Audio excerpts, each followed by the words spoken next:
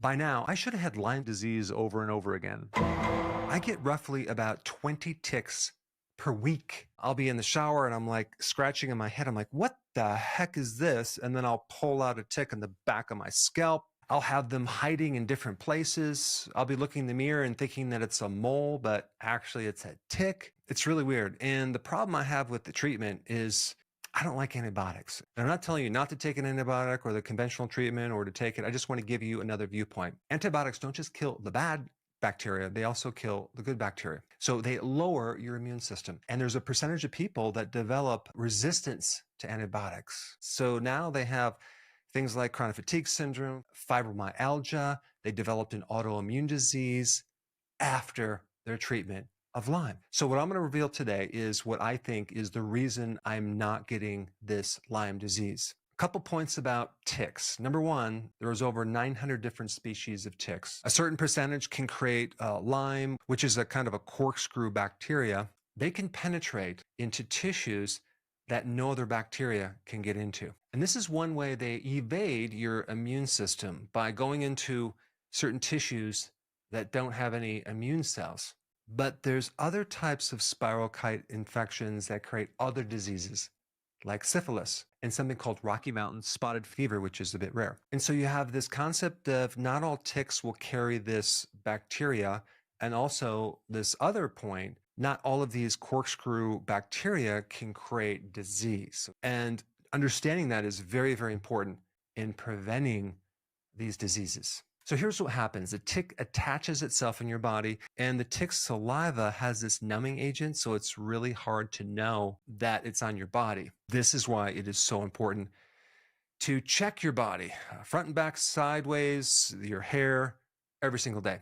And on a positive note, it takes a bit of time, between 36 and 48 hours, which is a really good thing because you have a little time to check your body and make sure that there's no ticks that are creating this effect. Or else it would be very bad if they can create an instant infection. First, you might have a little immune reaction, a little redness, but then it can develop into something called a bullseye rash. That doesn't mean 100% of the time you have Lyme disease, but it's a good indicator that you might have it. And I had a bullseye rash 2 times in my life. And I will explain exactly what I did for both. But I think it's really important to understand more about this corkscrew bacteria. And also these corkscrew bacteria can also invade the heart, creating palpitations, arrhythmias, things like that. Another way that this spirochete evades or avoids your immune system or immune system detection is by putting up certain defense mechanisms to keep them alive once your immune cells have actually engulfed them and are eating them, by what's called a monocyte, which is a cell that eats bacteria and viruses and fungus. They have an incredible ability to adapt to different environments. But the problem with these little bacteria is they create this immune reaction. And there's a lot of collateral damage that occurs from your immune system trying to kill them. And this is why you have a lot of inflammatory conditions when you have this condition called Lyme. When I initially got Lyme's disease long ago, I had severe inflammation in the back of my head. I had a severe headache. My whole body was like aching, like I had the flu, and I was extremely tired. But that's the only time I ever reacted to a tick bite. And from that point on, I never had those reactions. And I'm going to tell you why I think I haven't. Apparently, that specific bacteria has the capacity to affect your receptors for vitamin D, because vitamin D is the most important vitamin of the entire immune system, including the monocytes. Vitamin D helps the monocyte become very strong and efficient. Vitamin D also increases these antimicrobial, they're called peptides or compounds, that help kill spirochetes. This microbe now is going to be in the driver's seat. It's going to be in control. And your immune cells are going to be in the back seat. Like even the Epstein-Barr virus or the cytomegalovirus has the ability to downgrade the vitamin D receptor because somehow it knows how important this vitamin D is, especially with enhancing your immune system's ability to fight. But there's another detail about this that I just thought was very interesting I want to share with you. The monocyte, when it comes in contact with this spirochete, triggers this other chemical called interferon. Now, what is interferon?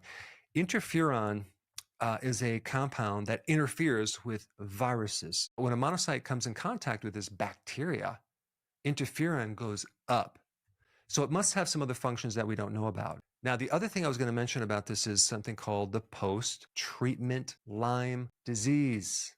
This is very common. You see people that had Lyme, they had the treatment, but now they still have symptoms. They develop autoimmune diseases because the immune system is greatly suppressed because they can no longer absorb vitamin D. And this is where it gets really interesting because I take a tremendous amount of vitamin D on a regular basis. I think it's the vitamin D that keeps my immune system strengthened. It literally bulletproofs me against problems like Lyme. And this next part I want to share with you, it's so important, but it's not really well known by even doctors. There's two different main systems of vitamin D. You have one system that controls all the calcium, okay? And then another system of vitamin D that is non-calcium benefits, like the supporting of the immune cells, like the support of your central nervous system, all your nerves, and then the heart, and the muscles, and the intestines, and the anti-inflammatory effect. That's all over here. This is a completely different system. This system that controls calcium in bone, that vitamin D is received from the blood. This system over here, like your immune system, is unable to get very much of this vitamin D from the blood. But this vitamin D is very locked up, mostly unavailable to this system right here, especially your immune cells. The immune system depends on its vitamin D from the sun, from your food, which is impossible because we don't get much vitamin D from our food, or supplements. Now, most of the research on vitamin D on skeletal system found that you only need a very small amount, like 600 IUs of vitamin D to maintain this calcium support for your skeletal system. But this system over here needs a lot more, like 10,000 IUs. Now, what's even more wild is that this type of vitamin D in the blood can last for 3 weeks. This vitamin D that comes from sun, food, or supplements only lasts 24 hours. In other words, if you're taking your vitamin D once a week and not every day, you're not going to be able to feed the immune cells. And on top of that, that spirochete has the ability to downgrade the vitamin D receptor by 50x. If I personally suspected that I had Lyme, I would be taking 30, 40, 50,000 IUs of vitamin D without any question at all. That's probably why I did not develop Lyme, because really the strategy is going to be supporting your immune system versus trying to kill off this infection, because you end up killing off the immune system, the very thing that keeps you strong and keeps you protected. One additional thing I want to mention is that they have found these spirochetes in your tissue underneath your teeth. That's right. So if you have an abscess, an infection underneath the tooth, there's a possibility that you could have this spirochete as well. And the reason I'm bringing that up is there's so many problems connected with teeth infections, especially after root canals, because this bacteria is hidden, it's protected underneath into the jaw, and it can leak out and create all sorts of problems with your heart, all sorts of problems with the immune system. It can keep you inflamed. And this is why I always recommend like a biological dentist or a holistic dentist to really make sure you don't have these hidden infections underneath your teeth, which can create a lot of problems. This is the protocol that I think would be a good idea. Whether you're going to do an antibiotic or not, I would recommend taking high doses of vitamin D3, at least 30,000 IUs. Anytime you take vitamin D3, you also need magnesium, and you need K2, and you need zinc. Those are all cofactors to allow vitamin D to work. And if you're taking high doses of vitamin D without those, you can actually even create a deficiency of the cofactors. Two other things I think would be really good to take: Japanese knotweed for supporting your immune system, and then a lot of garlic. Now, if you wanted to learn more about a protocol that I used when I had Lyme, check out this video right here.